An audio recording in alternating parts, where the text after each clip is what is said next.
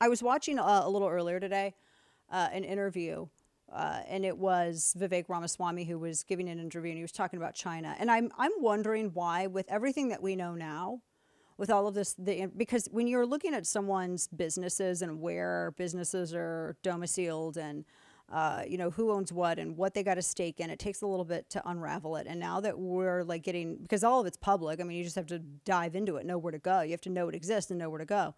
And I'm wondering why, with everything that we know now about his businesses and his investments, like he has a lot of subsidiaries with communist China, why no one is asking him the question of how, whenever, especially when he delivers a prepared remark about how he would lead the nation in decoupling from China, and we would decouple from China, and he would be very aggressive against that. How can you profess to lead the nation in doing that when you refuse to do it with your businesses? I mean, this is nothing that I'm saying is hyperbole, and it's not conjecture, and it's not gossip. I mean, it's literal, actual fact with financial records that are publicly accessible if you just know that you can look them up.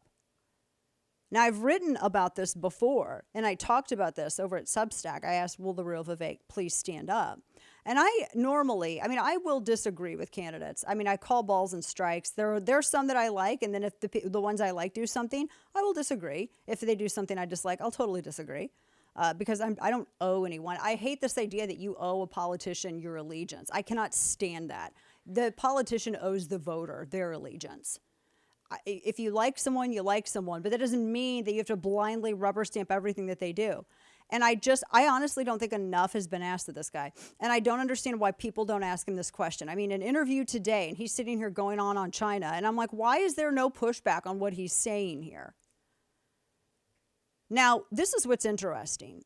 I don't know if he's an associate. I don't know that I'd call him a friend. He's the guy who actually first called me because way back when, in 2016, the Trump campaign had wanted to work with me. And I was like, oh my gosh, you cannot have a loudmouth like me working for, and he's, come on.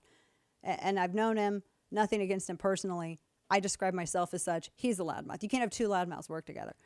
Like it would do a disservice to your campaign. If I was a grifter, I would take the job because it would be easy to do. Like, but I think it would actually be a disservice to the campaign, and I would like to win. Thank you. But the guy who had reached out initially was Sam Nunberg. He was Trump's right-hand man for years. Trump didn't go anywhere without Sam Nunberg. And he has this editorial, and I just literally read it this morning. He has this editorial where he says Ramaswamy's campaign dials back the candidate's claim that he can't travel to China. Now, I think it's interesting that this was Trump's right-hand guy who is writing this, because he said he was focusing on this tweet that the campaign had tweeted out, where it said that Vivek cannot personally travel in China because of the tough positions that he publicly adopted. And then Ramaswamy said, yes, I can't travel to China. Oh, yes, we can't travel there, et cetera, et cetera. And then when the campaign was asked whether or not he was formally barred, the communications director said, oh, well, he was just told that he shouldn't go there. He wasn't actually banned, which was apparently the language that they were using. That's kind of weird because he literally has business with them, a lot of business with them. And I talked with you about this before, ROI, return on investment, Roivant Sciences. And the subsidiary of that is Datavant, and that's the company that was creating the digital database for coronavirus that he wanted to sell to governments. Roivant Sciences, they expanded. They actually now exist in China. And in fact, just a couple of years ago, he was in Shanghai at a conference for it.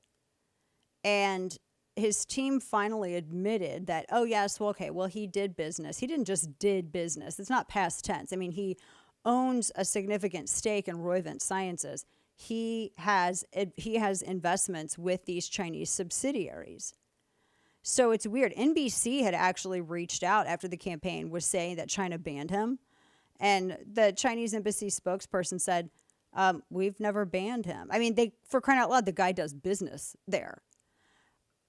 That's really disingenuous. I don't know why he's saying this. I don't know why he's misrepresenting this. Because this is another thing that he has flipped and flopped on. There's a ton of stuff that he's flipped and flopped on, whether it's Taiwan, whether it's certain aspects of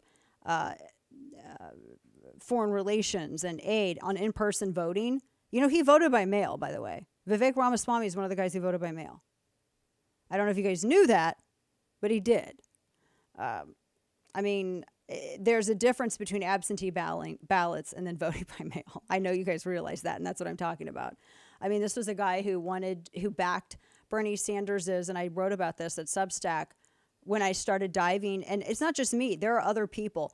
And I also reject that whole thing.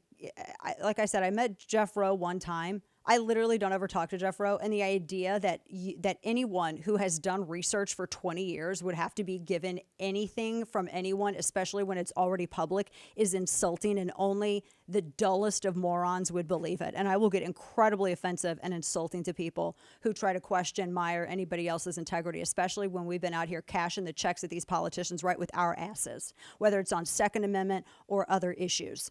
End of.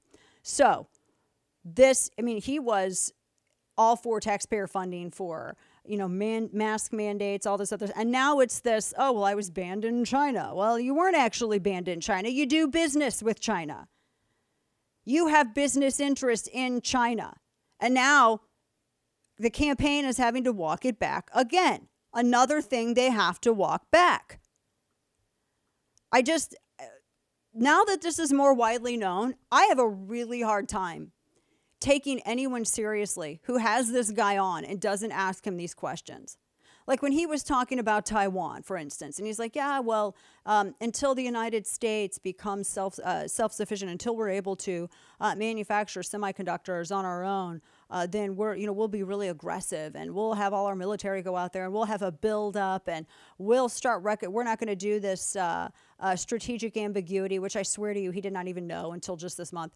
We're not going to practice strategic ambiguity. And then he's like, and then when the United States has our own semiconductor capacity, our manufacturing ability, then we're just going to go back to the status quo, the way things were. You honestly think that once you disregard strategic ambiguity that China's going to go back? He has no idea. And furthermore, why has no one asked this guy how in the hell the United States is going to become independent in terms of manufacturing semiconductors without a massive government handout, massive government intervention? Not a single person on cable news has asked this guy. Not a single person in broadcasting has asked this guy this question since he's been saying this. There have been tons of opportunities. I've seen really smart people sit down with this guy, and all these damn people are too scared of their own redacted shadows to ask the hard questions. Why? Why do they have such a disrespect for you, the audience? Why? It aggravates me. I get the same BS every time I see it. I get the same stupid interview with the same dumbass questions from the same people every single time. And I'm so tired of it. Where are the hard questions? Why is nobody asking this guy this? Wait a minute, you're talking about leading us, decoupling any relations or manufacturing, dependence in manufacturing from China. How can you profess to do that when you yourself have business in China that you refuse to end? Are you going to give up all of the stakes in your companies that do business in China? Because you're financially benefiting from the CCP right now. Why has that not been a response? Is there a reason why? Am I to believe that people who host programs, this is why I don't have researchers.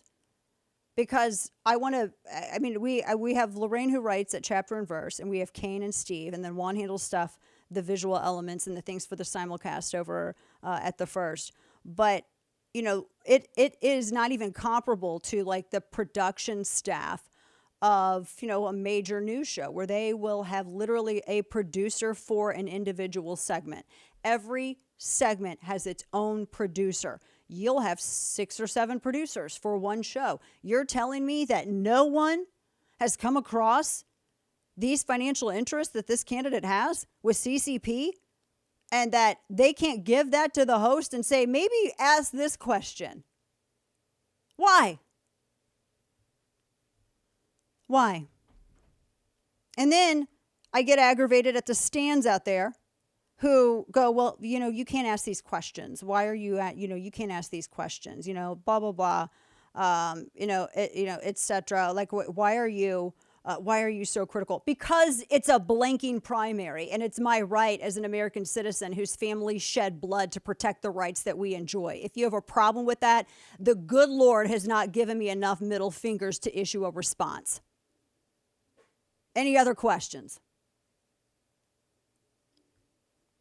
I'm so tired of it.